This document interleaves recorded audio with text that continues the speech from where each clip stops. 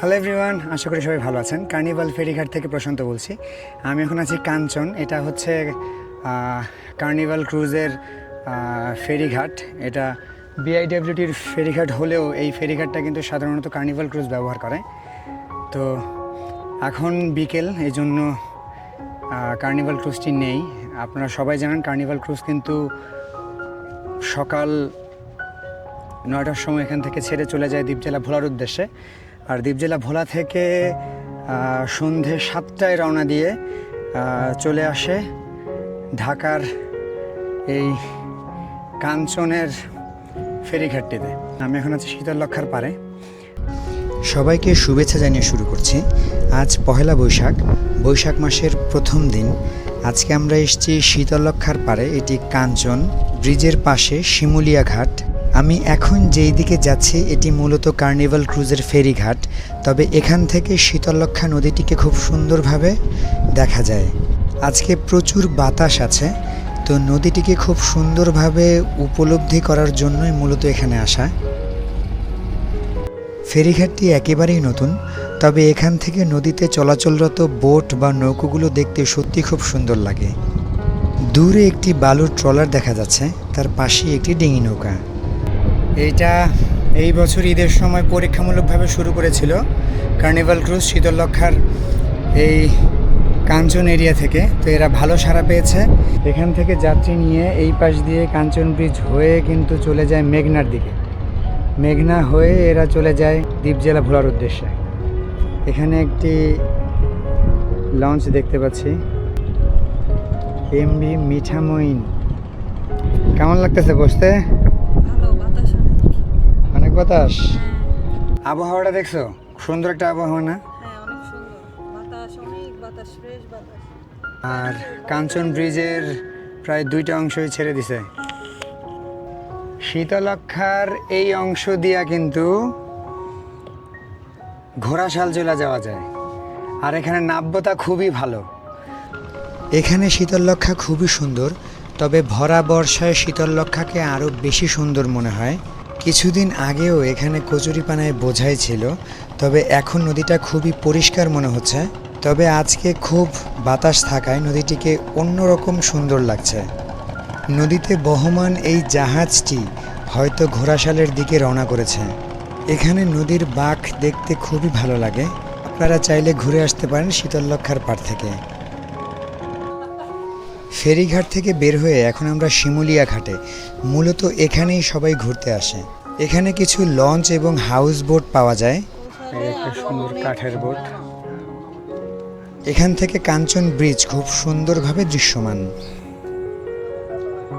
নদীর এই পাড়টা খুব সুন্দর একটা পর্যটন স্পট হয়ে গেছে। ওখানে রূপা বসে আছে, অনেকেই বসে আছে। আর এই পাশে তো একটা হাউস বোট। কাঠের হাউস বোটটি সত্যি সুন্দর। চাইলে অল্প কিছু সময়ের জন্য নদীতে ঘোরাফেরা করার উদ্দেশ্যে এটিকে ভাড়া নেওয়া যায়। আমরা এখন শিমুলিয়া ঘাট থেকে বের হয়ে যাচ্ছি। আমাদের উদ্দেশ্য এখান থেকে কিছুটা দূরে একটি বৈশাখী মেলা হচ্ছে, সেই মেলাটিতে যাওয়া। অনেকে এটা কিন্তু ভয় পায়, এই যে মাঝখান দিয়ে ফাঁকা ফাঁকা না সিঁড়ির।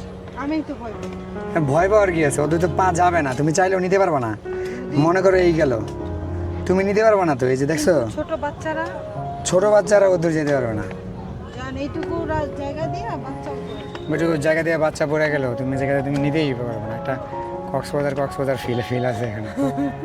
মনে হয়েছে পতেঙ্গা বীচ থেকে আমরা উঠলাম। ডিওজি সাহেব না, ঘুমা থাক, ঘুমাচ্ছে, ঘুমাক। চলো ওদিকে যাই। পরিবেশটা সুন্দর। গাছে ফুল থাকতো কিন্তু ফুল নাই, কিন্তু উপরে একটা ফুল। ওই উপরে ফুল।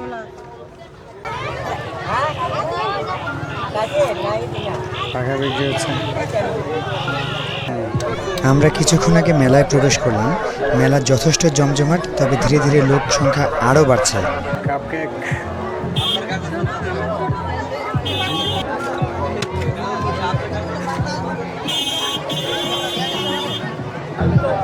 জায়গাটা সুন্দর, ফাঁকা জায়গা পাইছে তো।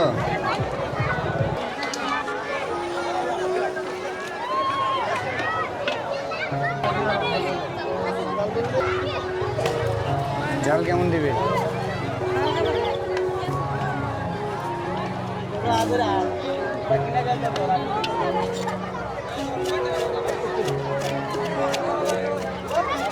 ডিম দিয়া ডিম মুড়ি খাবো।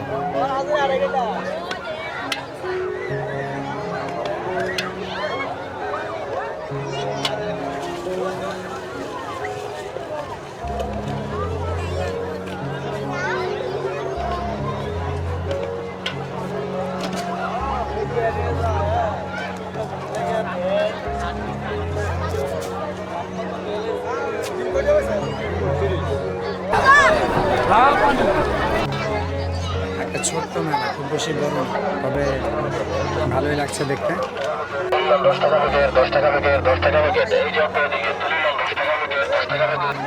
সন্ধ্যা হয়ে আসছে, মেলার লোক সমাগম বাড়তে শুরু করেছে। সন্ধ্যার এই সময়টা মেলার মিউজিক সিস্টেম বন্ধ রাখা হয়েছে, তবে কিছুক্ষণ পর আবার ধূপধাপ শুরু হয়ে যাবে। এই হচ্ছে বৈশাখী মেলা।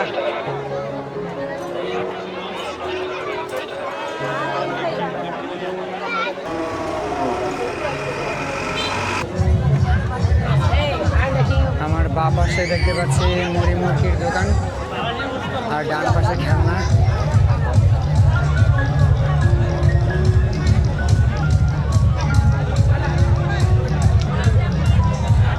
আর সোজা নাগরদোলা দেখা যাচ্ছে। এটি মূলত বৈশাখী আনন্দ মেলা, যেটি চলবে আজকে থেকে মোটামুটি আগামী 7 দিন পর্যন্ত। মেলার লোকেশন ডিসক্রিপশন বক্সে থাকবে, আপনারা চাইলে ঘুরে আসতে পারেন এই মেলা থেকে। শিরায় দিচ্ছে।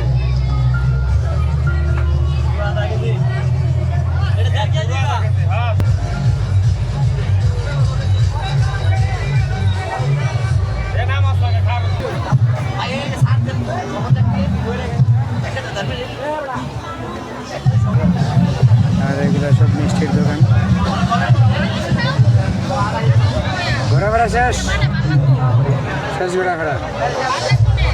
আমরা আস্তে আস্তে বেড়া যাবো। ভিড় হয়েছে, আসলে অনেক ভিড় হয়েছে।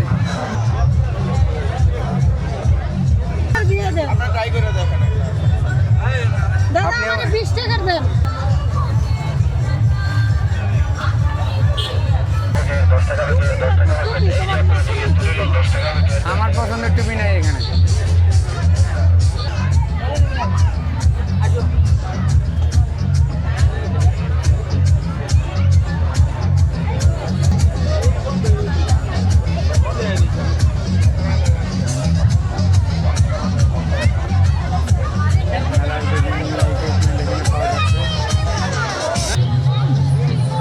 বাচ্চাদের খেলনা দেখা যাচ্ছে।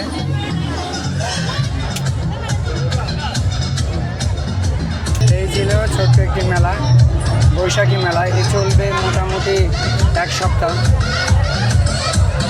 আমরা মেলায় ঘুরতে এসেছিলাম, ভালোই লাগলো। গ্রামের সেই চিরাচরিত মেলা এটা না হলেও দেখতে ভালোই লাগছিল। দেখা হবে অন্য কোথাও, অন্য কোনো চমৎকার লোকেশনে। ততক্ষণ পর্যন্ত ভালো থাকুন, আমাদের চ্যানেলটিকে সাবস্ক্রাইব করে রাখুন, লাইক কমেন্ট শেয়ার করে আমাদের পরবর্তী ভিডিও তৈরিতে উৎসাহিত করুন। ধন্যবাদ।